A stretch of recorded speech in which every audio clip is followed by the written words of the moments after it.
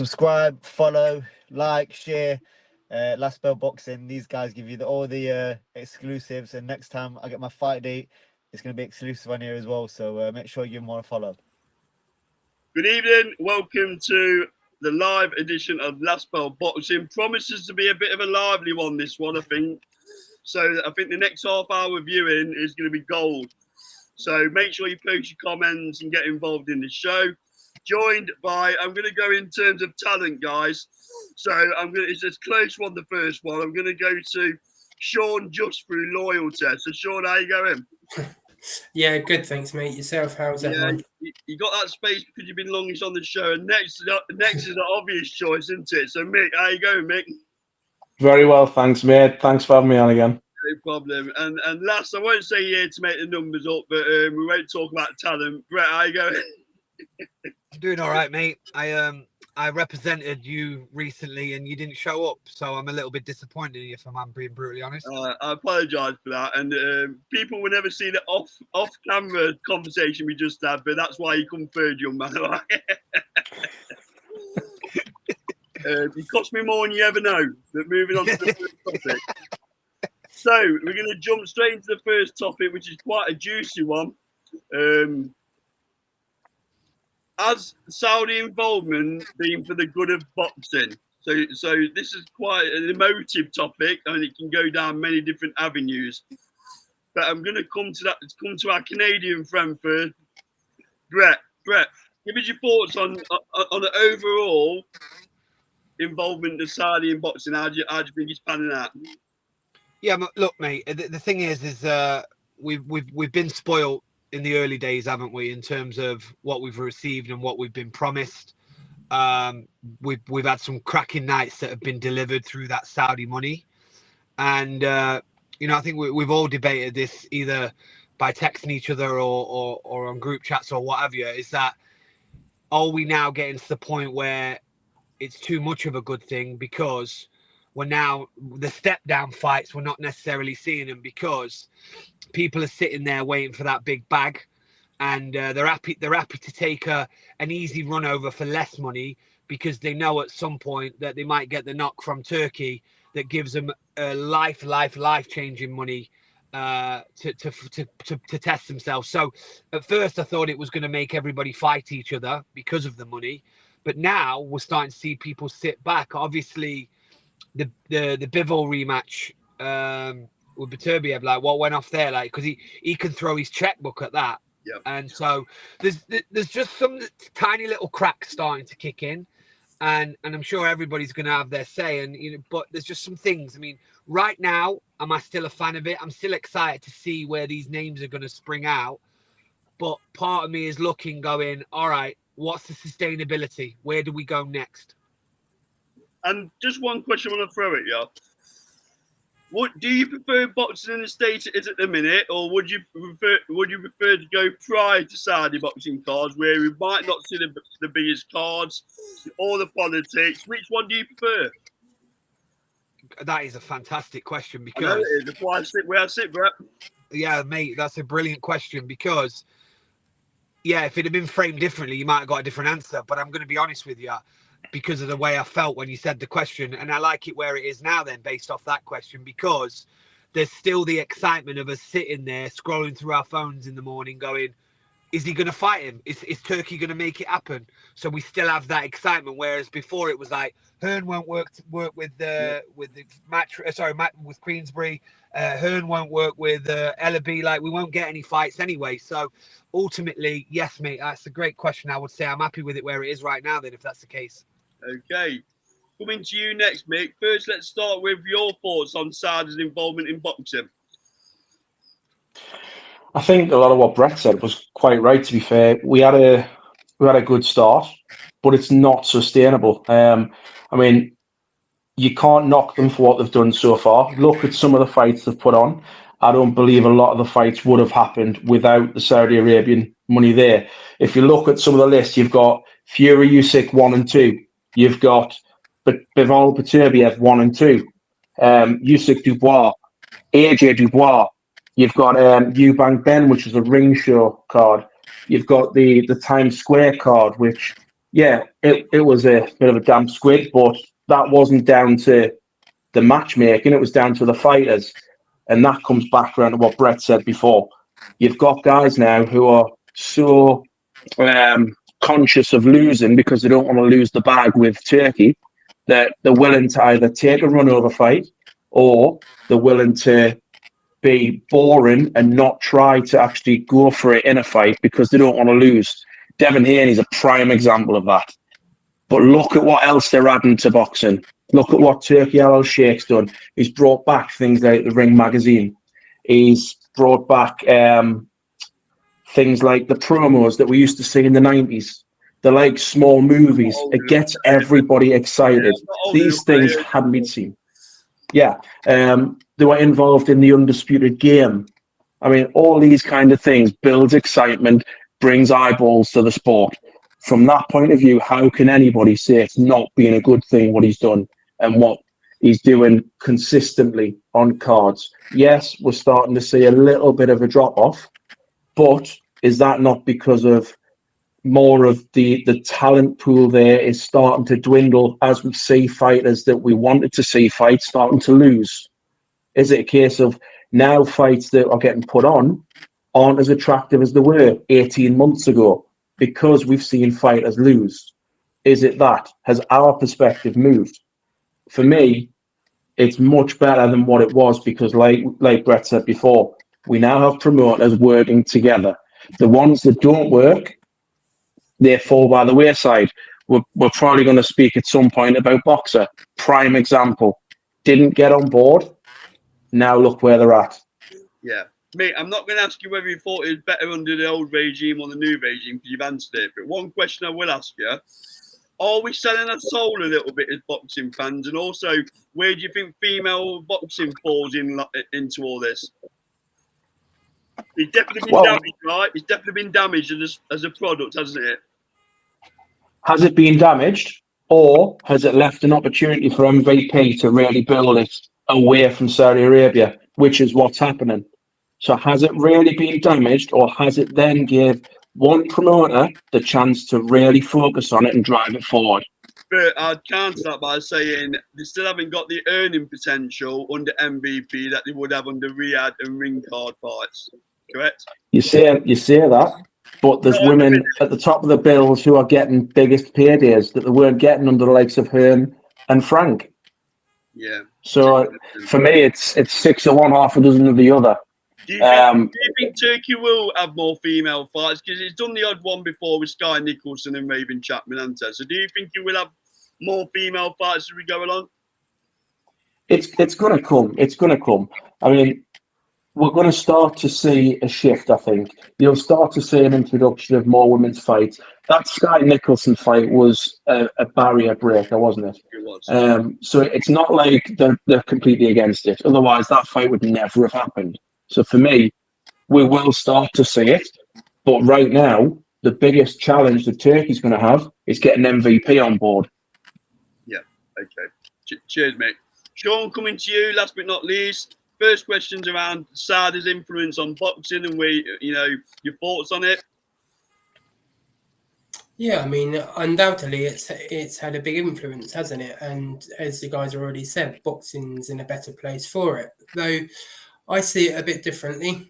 So I split the two sides of this up. So I would say, is domestic boxing, UK shows, in a better place because of Saudi Arabia? In my opinion, no, it's gone downhill. You've only got to go back 5, 6, maybe 7 years ago on Sky when Eddie Hearn was there. You were getting regular world title fights, Ricky Burns, Anthony Crolla, Scott Quigg on a weekly basis. Then we saw the invention of PBC, where they took James DeGale, Jamie McDonald. That was a mini version of what Saudi's done, really. Then they ran out of money. So for elite level boxing, it's great, I would say. We're getting the fights, as you already said, the elite fight and the elite. However, I think it's come as a detriment to British domestic boxing. And what's your thought regarding, did you prefer the old landscape where there's a lot of politics involved and the best weren't fighting the best with all what you've just said, or do you still prefer the position we're in at the minute? I think there's Undoubtedly, it's better than now, but I don't think it really was that bad before.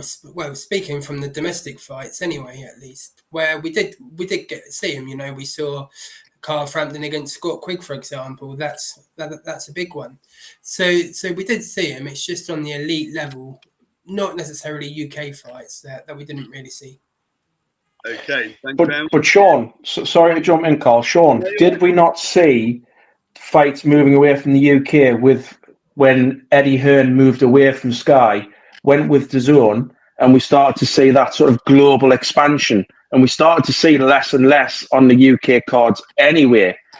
I agree with you, though, when it comes to the sort of domestic scene, because the money doesn't seem to be trickling down. But as fans, what we're seeing, I think, is better in the sense that we're seeing the biggest fights made. But people who are involved in boxing probably would disagree and say what you've said in the sense of if it's not trickling through each level right down to grassroots, then it's not a good thing. Yeah, I would agree with that. What I would say about the DAZN and the global thing though, is you would still get sort of pay-per-view level fights when DAZN first started, similarly to what Hearn was putting on when he was on Sky. So we did at least still have that. But now you've only got to look at it. Who's he got? Conway and the guy Tony Sims trains. That's one of their big flagship shows. It's just not on the level it was 5-6 years ago. Yeah. One idea for another video down the line would be the shifting power between Queensbury and Matchroom since Turkey's involvement, but that's for another day. Okay, moving on. Next one's Boxer and the gift that keeps on giving. Where is Ben Shalom? You know, is allowing Eddie Hearn and Frank Warren to do a rain dance, and I believe he should be coming out and clarifying what position he's in at the minute. For nothing else, to give his fighters some confidence, because he could well have a lot of fighters leaving him at this rate. We've always seen Josh Baratza leave, so who's next? So I'll come to Sean on this one first. Sean, what do you think the score is with Boxer? I think with Ben Shalom, probably got to be a bit careful what I say here, but I don't know if you've seen Billy Joe Saunders' latest Instagram story recently to do with Chris Eubank Jr.'s manager. Now, I've heard on the grapevine that Ben Shalom's in knee deep with that situation, so I think that's why he's in hiding. Let's just leave that as that. As for Boxer, they're on the decline, aren't they? There's no doubt about that. They've already lost Bouatsi to Queensbury. Probably Whittaker will go to Matchroom. Adam Azim will probably go to Queensbury.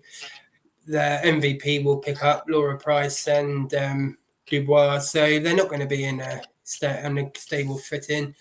What we're going to get? TKV against Fraser Clark for the British title on BBC iPlayer? Yes, it's just not that great, is it? Yeah, cheers, Sean. Coming to Brett next. So, Brett, how do you think it's going to play out with Boxer?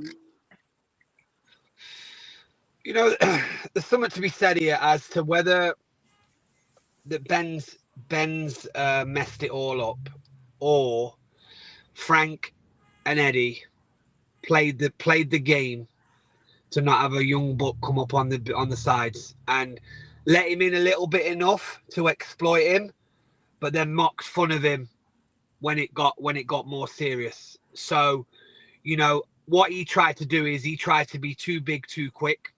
Obviously, landing that Sky deal, he's going to have to put on hell of a fights because it's prime time when you get the Sky deal. And he was probably out of his depth because he didn't go through those years of learning, those years of small hall shows of like building fighters, and you know he had to produce it straight away. So it's unfortunate, but the bottom line is that he was out of his depth, and he's been exploited, and he spun his money on fighters that have let him down. You know, he spun big dough on Bouatsi and Riakpour and Akoli. He took Akoli at first, didn't he? And he gambled on the cruiserweight division, Brett, didn't he? He gambled massively on the cruiserweight division. And he paid ridiculous amounts of money for Kell Brook and Amir Khan. Yeah. When that probably didn't grab back the commercial. We all loved it. We all had a little bit of nostalgia with it, but it probably didn't pull it back. So the bottom line is that he's quiet for a reason. Again, same as Sean. Let's not go into that like that. Whatever. He's quiet for a reason because he should be defending himself right now because he could be having a mass exodus of fighters. But I think there's a bit of him being naive going into a business that's got some absolute gangsters in it, and the gangsters blocking him out with the turkey stuff. Yeah, great points, Brett. Mick, coming to you last. Give us your thoughts on Boxer and what's happening. For me, I'm going to say one of the worst things that possibly happened to his business was getting that Sky deal, because it made his business grow so fast overnight that now, without that deal, he's probably laying people off. He's lost fighters who he paid big money for. He's been an old man, doesn't he? Like you said, the two biggest names in this country for promotion is Eddie and Frank. They've both realised the same thing. Let's get together, and together they're stronger.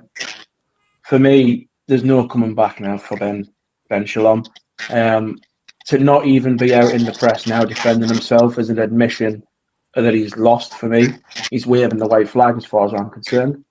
I'm just waiting to see the headlines of more fighters, like Sean said, more fighters leaving to the likes of MVP, Matchroom, Queensbury.